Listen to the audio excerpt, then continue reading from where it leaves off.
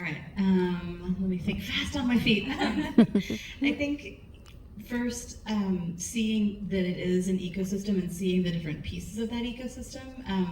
We did a little project to actually do an ecosystem map of a game universe, right? So there's a game that you play, and that is fine. But then there is also like the Twitch stream that you watch, and the YouTubers that you watch, and your Discord that you get your DLCs from, like all info about your DLCs, all of these different parts of that ecosystem.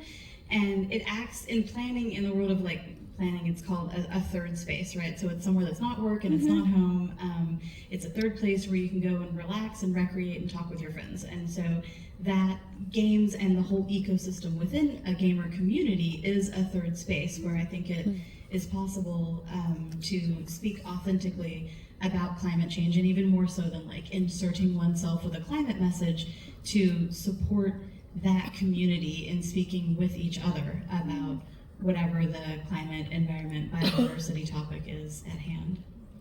Yeah, I think just echoing off of that, for example, with the community that we built around the game jams, it was just so awesome to see all of the exchange. And I didn't mention that actually Cinereach had produced a narrative toolkit that we shared with the participants ahead of the jam, which was informed by a lot of climate research and partnerships with Good Energy, who focus on climate storytelling. I know have done a lot with the HCS as well.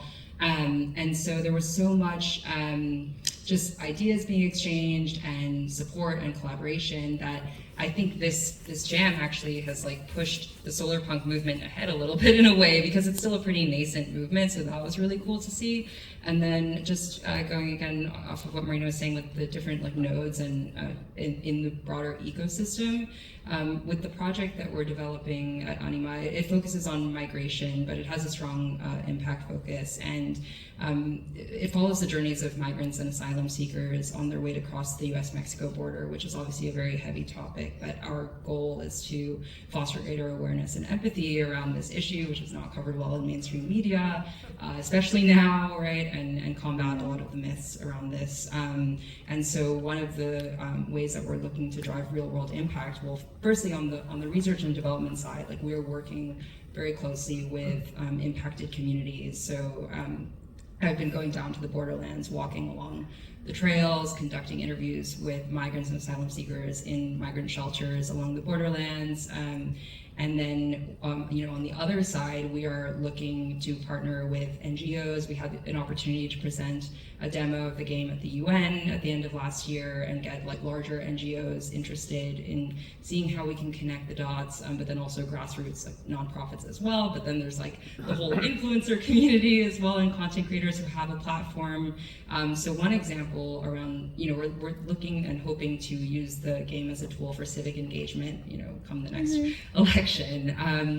And one strong example of this in games was that during the 2020 election, this US presidential election, AOC streamed the game Among Us, and she was able to galvanize thousands of youth to vote this way. And so it's really powerful just to see these different ways that you can kind of connect the dots and different nodes and everybody that's involved, right? Impacted individuals of like the intersectionality of different issues, plus like people who have the influence and power. And so it's an ambitious project, but I think these are the things that we should be thinking about and exploring with this type of platform and in any entertainment medium that has this reach. You guys are so cool.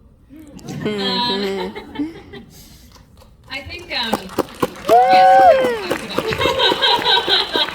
cool. I think the interesting thing about Aloy specifically as a character is that she's an aspirational figure. I see her as an aspirational figure. And so it's interesting to see in the community the people that really respond to that character. And cosplay is a big part of games. So when people love a character, they will dress up like her. You have the hair, by the way, if you ever wanted to.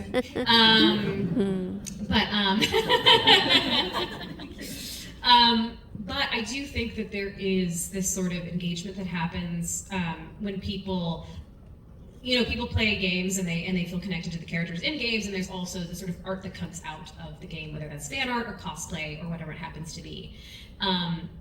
And I've noticed actually that around Aloy's birthday, that there is a group of fans that will create some sort of initiative. That they want to sort of celebrate Aloy's birthday in some way. So they'll try to galvanize the community to donate to a certain cause or to do something, So I think that's the other interesting thing about games is that, like, I think that is something obviously that can come from TV and film as well, but there is a specific connection that you have to a game's protagonist because you're controlling their actions. And so I found that the people that really respond to that character, there is a sort of, ambition or motivation, an inspiration that happens because she is, as you kind of described her, sort of an environmental warrior, that inspires them to take action beyond just the playing of the game, because they feel that this character speaks to them.